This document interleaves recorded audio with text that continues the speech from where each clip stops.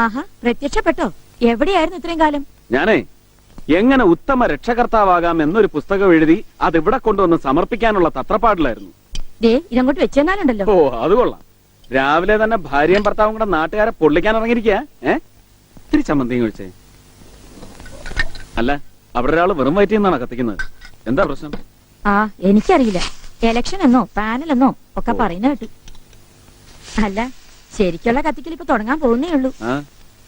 അല്ല, നിനക്ക് എങ്ങോട്ടെങ്കിലും പോയാല് ഇവിടെ വന്നൊന്ന് പറഞ്ഞിട്ട് പോയിക്കൂടെ? ഒരാഴ്ചയായി ബാക്കിയുള്ളൊരു മനസ്സമാധാനത്തോടെ ഉറങ്ങിയിട്ട്.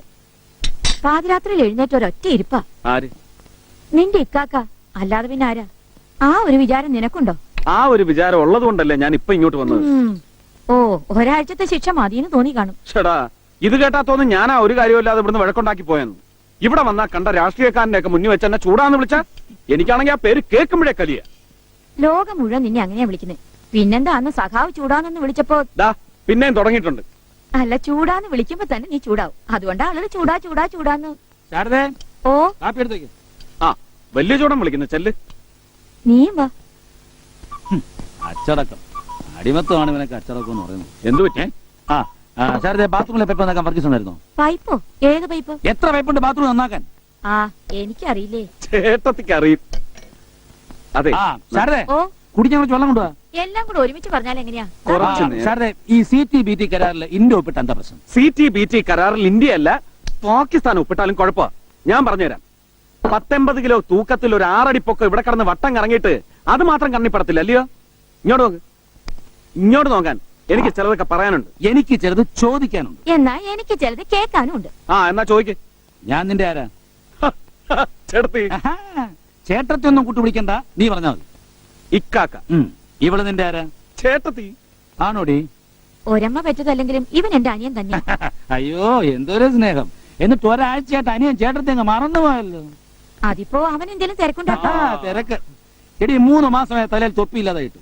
എന്നാൽ അതെന്തായി തിരക്കാൻ അവന് സമയം ഉണ്ടായിട്ടില്ല. അല്ല, അതെന്തിനാ സസ്പെൻഷന് വാങ്ങിച്ച് തിരിച്ചു വരുമ്പോ ഇവിടെ ഒരുത്തൻ ഫോണും എടുത്ത് ജസ്റ്റിന് വിളിക്കാനിപ്പുണ്ടല്ലോ. ഞാൻ ആവശ്യപ്പെട്ടോ എനിക്ക് വേണ്ടി ആരെങ്കിലും വിളിച്ച് ശുപാർശ ചെയ്യണമെന്ന്? നീ ആവശ്യപ്പെടാതെ തന്നെ ചെയ്യൂടാ. കാരണം എനിക്ക് നിന്റെ കാര്യത്തിൽ ചില ഉത്തരവാദിത്തങ്ങളുണ്ട്. കമ്മ്യൂണിസത്തിന്റെ ബാലപാഠങ്ങൾ എന്നെ പഠിപ്പിച്ച ആ മഹാമനുഷ്യൻ നിന്റെ അച്ഛൻ KRS മരിക്കുന്നതിന് മുമ്പ് ഒരു അമൂല്യ സ്വത്ത് എന്നെ ഏൽപ്പിച്ചു. അതാണ് നീ. 12 വയസ്സ് തികയാത്ത മെലിഞ്ഞുണങ്ങിയ നിന്നെ പഠിപ്പിച്ച് ഈ നിലയിലാക്കിയത് അദ്ദേഹത്തോടുള്ള കടപ്പാടുകൊണ്ട് മാത്രമല്ല, നീ എന്റെ സ്വത്താണ്. അതുകൊണ്ട് ആ മുഖത്ത് നോക്കാൻ പോലും ഇഷ്ടമില്ലാത്തവന്റെ കാല് പിടിച്ച് നിന്നെ തൊപ്പി തിരിച്ചു വാങ്ങിച്ചാൽ ഓരോ പ്രാവശ്യം ഞാൻ കിടന്ന് ഇങ്ങനെ ഓടുന്നു. ആദ്യം നോക്ക്, ഇത്തവണയും തമ്പുരാക്കന്മാരെ എല്ലാം പോയി കണ്ട് സസ്പെൻഷൻ പിൻവലിക്കാനുള്ള ഓർഡർ ഇടിയിച്ചിട്ടുണ്ട്. ഇനിയെങ്കിലും അടങ്ങി ഒതുങ്ങി അന്തസ്സായി ജോലി ചെയ്യുന്നു. ചേടാ, ഇത് കേട്ടാ തോന്നുന്നു ഞാനാ എല്ലാ പ്രശ്നങ്ങളും ഉണ്ടാക്കുന്നതെന്ന്. ഒരു ധാരണയുണ്ട്. ഇക്കാക്കയ്ക്ക് എന്തുവാകാം, എവിടെയും പ്രതികരിക്കാം, ആരോടും കയർക്കാം. മറ്റുള്ളവർക്ക് അതൊന്നും പാടില്ല. ഓഹോ, അപ്പൊ അതാ പ്രശ്നം. എന്നാ ഒരു കാര്യം ചെയ്യും, നാളെ ജോയിൻ ചെയ്തിട്ട് നേരെ ആഭ്യന്തരമന്ത്രിയുടെ മുറിയിൽ ചെന്ന് അയാളെ പിടിച്ചിട്ട് പൊട്ടിയിരെ. അപ്പൊ സസ്പെൻഷൻ അല്ല ഡിസ്മിസൽ അടിച്ചു തരും. ഇഷ്ടപ്പെട്ടു? ആഭ്യന്തരമന്ത്രിയുടെ മുറിയിലേക്ക് അയക്കിട്ട് 2 പൊട്ടിക്കാൻ. അതെ, എനിക്ക് യൂണിഫോമിന്റെ ആവശ്യമൊന്നുമില്ല.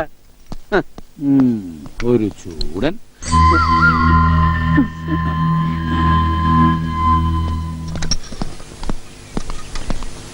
ചന്ദ്രേട്ടാ, പോവാണോ? വീട്ടിലുണ്ടാക്കിയ പായസ സഖാവിന് കൊടുക്കാൻ കൊണ്ടുവന്നതാ. ഇത്തിരി കഴിച്ചിട്ട് പോവാം. നീ നിന്റെ സഖാവിന് തന്നെ കൊണ്ടുവന്ന് കൊടുക്ക്. പിന്നെ ശാരദേച്ചിയോട് പറഞ്ഞേക്ക് സഖാവിന് ഇത്തിരി കൊടുത്താൽ മതിയെന്ന്. ഷുഗർ മാത്രമല്ല, ഇപ്പൊ പ്രഷറും വളരെ കൂടുതലാ.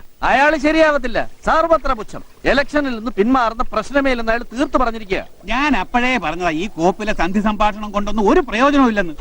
അഹമ്മദ് ബഷീർ പണ്ടേ ഒരു പ്രശ്നക്കാരനാ. പണ്ടൊരിക്കൽ പുറംകടലിൽ കിടന്ന് നമ്മുടെ ഒരു കപ്പലിനെ ബീച്ചത് ഉള്ള പ്രശ്നം മുഴുവൻ ഉണ്ടാക്കിയത് അയാൾ ഒറ്റ ഒരുത്തനാ. അതിൽ നിന്ന് ഊരിക്കിട്ടാൻ ഞാൻ ഓടിയ ഓട്ടം. എന്തായാലും ഇലക്ഷൻ ഒന്ന് കഴിഞ്ഞോട്ട് ഞാൻ സ്റ്റേറ്റ് കമ്മിറ്റിയിൽ നേരിട്ട് ചില പ്രശ്നങ്ങൾ ഉന്നയിക്കുന്നുണ്ട്. എടോ വിശ്വംഭര, തന്റെ പാർട്ടിയുടെ സ്റ്റേറ്റ് കമ്മിറ്റിയിൽ പ്രശ്നം ഉന്നയിച്ച് ചർച്ച ചെയ്ത് സർക്കുലർ അയക്കുമ്പോഴേ നമുക്ക് നഷ്ടപ്പെടാൻ പോകുന്ന ഈ തുറമുഖ വർഷം 100 കപ്പലാ നമ്മുടെ പേരിൽ മാത്രം ഇവിടെ വന്നു പോയിക്കൊണ്ടിരിക്കുന്നത്. അതങ്ങ് നിൽക്കും. നമുക്കിപ്പോ വേണ്ടത് ഡോക്ക് ലേബർ ബോർഡാ. അത് എങ്ങനെയായാലും പിടിച്ചടക്കിയേ പറ്റൂ. നിങ്ങൾ 2 പേരിൽ ഒരാളായിരിക്കണം ബോർഡ് ചെയർമാൻ. ഒന്നുകിൽ മാത്തൻ അല്ലെങ്കിൽ വിശ്വംഭരൻ. രാഷ്ട്രീയം അതൊരു പ്രശ്നമേ അല്ല. അഹമ്മദ് ബഷീർ അല്ല, ആര് തന്നെ അതിന് തടസ്സമായിട്ട് നിന്നാലും നമ്മളത് വെട്ടിനീക്കിയിരിക്കും. എന്താടാ സുലൈമാനെ, നിനക്ക് പേടിയുണ്ടോ? പേടിയൊന്നുമില്ല. പക്ഷേ എന്തു പക്ഷേ? നാളെ പോർട്ടിൽ പുതിയ CA ചാർജ് എടുക്കുക. അതിന് ആളല്പം പെസകാന്നാ കേട്ടത്. ആ മാത്രമല്ല ഈ അഹമ്മദ് ബഷീറിന്റെ സ്വന്തം മോനെ പോലെയാ അവൻ. പണ്ട് പാർട്ടിക്ക് വേണ്ടി കുത്തിക്കൊണ്ട് ചത്ത ഒരു സത്യനാഥ മേനോൻ ഉണ്ടല്ലോ, അയ്യാരുടെ മോന. തന്ത ചത്തപ്പോ ഈ ബഷീർ എവന്റെ ചുമതല അങ്ങ് ഏറ്റെടുത്തു. ആ ബന്ധം വെച്ച് നോക്കുമ്പോൾ നന്നായിട്ട് നമ്മളൊന്ന് ആലോചിക്കണം ഇനി എന്താണ് ചെയ്യേണ്ടതെന്ന്. എന്താ അവന്റെ പേര്? ചന്ദ്രചൂഡൻ. ചന്ദ്രചൂഡൻ.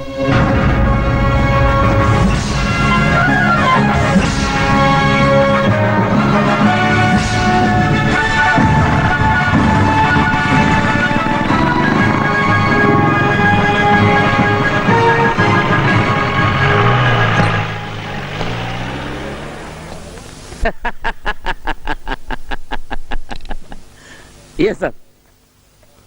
ശരി സാർ. സാർ ഞാൻ പറഞ്ഞു കൊടുത്തോളാം സാർ.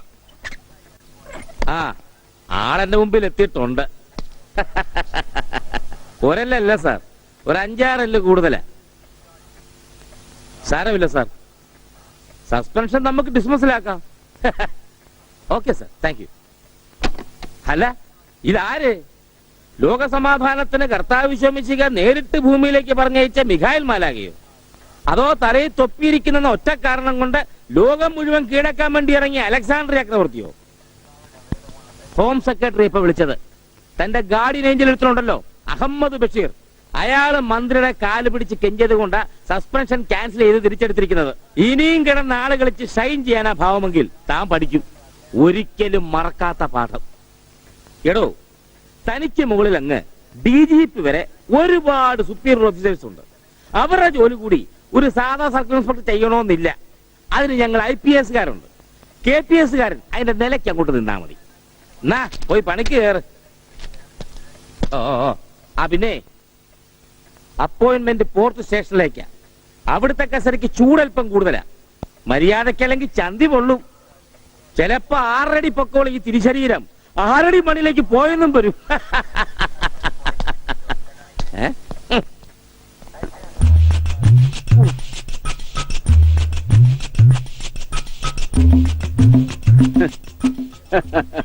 എന്താണ് സാർ?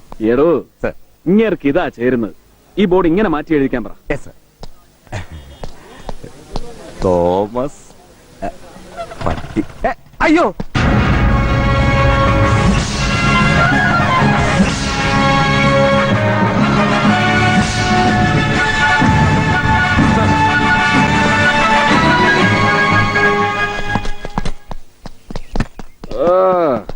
പതുക്കെ പതുക്കെ. എടോ, ഇത് പോലീസ് സ്റ്റേഷൻ. അടിത്തറ വളരെ മോശമാ. പതുക്കെ ചവിട്ടി പൊളിക്കേ. സാർ. എടോ, ഇവിടെ ഫ്രൈഡേ പരേഡ് ഇല്ലേ? അയ്യോ സാർ, ഇന്നലെയും കൂടെ ഉണ്ടായിരുന്നു. ഓ, ഇന്നലെ സൺഡേ ആയിട്ടാ നിങ്ങൾക്ക് ഫ്രൈഡേ പരേഡ്? സാർ, പേര് അങ്ങനെയാണെങ്കിലും നമുക്ക് എപ്പോ വേണമെങ്കിലും ചെയ്യാല്ലേ? എപ്പോ വേണേ ആവാലോ. ശ്വാസം പിടിച്ചിരിക്കണോ? George sir. എന്തായിടോ തന്റെ ഷോർട്ട് പുട്ട്? ഷോർട്ട് പുട്ടോ? ഓ, സ്പോർട്സ് കോട്ടെ പോലീസിൽ കയറിയ തനിക്കിനി ഞാൻ പറഞ്ഞു തരാം ഷോർട്ട് പുട്ട് എന്താണെന്ന്. ഓ, ആ ഷോർട്ട് പുട്ട് പെട്ടെന്ന് ചോദിച്ചോ മനസ്സിലായില്ലേ സാർ? അതിപ്പോഴും ഉണ്ട്. ഓ, ഉണ്ട്. ഷോർട്ട് വേറെ, പുട്ട് വേറെ അല്ലേ? അതെ, ഈ ഏർപ്പാട് ഇന്നും ഉണ്ടെങ്കിൽ അവസാനിപ്പിച്ചേക്കണം. അല്ലെങ്കിൽ മര്യാദക്ക് ചെയ്യണം. അല്ലേ തോമസ് കുട്ടി? ശക്തിധരൻ പിള്ളേ സാർ. മോളുടെ പ്രസവമൊക്കെ സുഖമായിരുന്നു സാർ. കുഞ്ഞു സുഖമായിരിക്കുന്നു സാർ. ആ, ശിവരാമന്റെ അച്ഛൻ എന്തായി? കിടപ്പാണ് സാർ. അതെ, ഈ ആയുർവേദം ഒന്ന് പരീക്ഷിച്ചു നോക്കണം. സാർ. പറ്റിയ കോട്ടക്കിൽ കൊണ്ടുപോയി ഒരു പിടിച്ചിൽ നടത്തുക. സാർ. ആ സാർ. ആരാ അത്? അവനെ ഇറക്കി. ഓ, ഇവിടത്തെ സ്ഥിരം പുള്ളിയാണ് സാർ. ആ. മോഷണം പിടിച്ചു പറി എന്ന് വേണ്ട സകല തരികളും കയ്യിലുണ്ട്. നിന്റെ കാര്യം കട്ടപ്പോഹാ. എന്താ അവന്റെ പേരിലുള്ള കേസ്? അങ്ങനെ പ്രത്യേകിച്ച് കേസൊന്നുമില്ല. ആ. സാർ ഐശ്വര്യമായിട്ട് വരുമ്പോ ലോക്കപ്പ് കാലിയായിട്ട് കിടക്കണ്ടെന്ന് കരുതി. പോടോ. എടോ, അങ്ങോട്ടല്ല ഇങ്ങോട്ട് പോവാൻ. ഓടാ അങ്ങോട്ട്. ഈ പാവങ്ങളെയൊക്കെ പിടിച്ച്, എടോ എവനേക്കാളൊക്കെ പെരുത്ത കള്ളന്മാരല്ലേ പുറത്ത് നമ്മുടെ തലേ കയറിയിരുന്ന് ഭരിക്കുന്നത്. അവരുടെയൊക്കെ മുമ്പിൽ ചെന്നങ്ങ് ഓച്ചാനിച്ച് നിന്നോണം. അയ്യടാ. അയ്യോ പാവം, പറഞ്ഞു കേട്ടപ്പോ നമ്മുടെ കടുവാ കൃഷ്ണനായരുടെ അപ്പൂപ്പനായിട്ടല്ലേ നമുക്ക് തോന്നിയത്. എന്തായാലും ഈ സ്റ്റേഷനിൽ ഉള്ളവരുടെ ചരിത്രവും ഭൂമിശാസ്ത്രവും പഠിച്ചിട്ടാ അയാൾ വന്നിരിക്കുന്നത്. ഈശോ മിശിഹായ്ക്ക് സ്തുതിയായിരിക്കട്ടെ. ആദ്യത്തെ വോട്ടെന്നല്ല, ഓരോ വോട്ടിനും അതിൻ്റെതായിട്ടുള്ള വിലയുണ്ട്. എന്നാൽ നമ്മുടെ നാട്ടിലെ ആൾക്കാർ അതിന്റെ മതിപ്പ് മനസ്സിലാക്കുന്നില്ല എന്നുള്ളതാണ് ദൗർഭാഗ്യകരമായ അവസ്ഥ.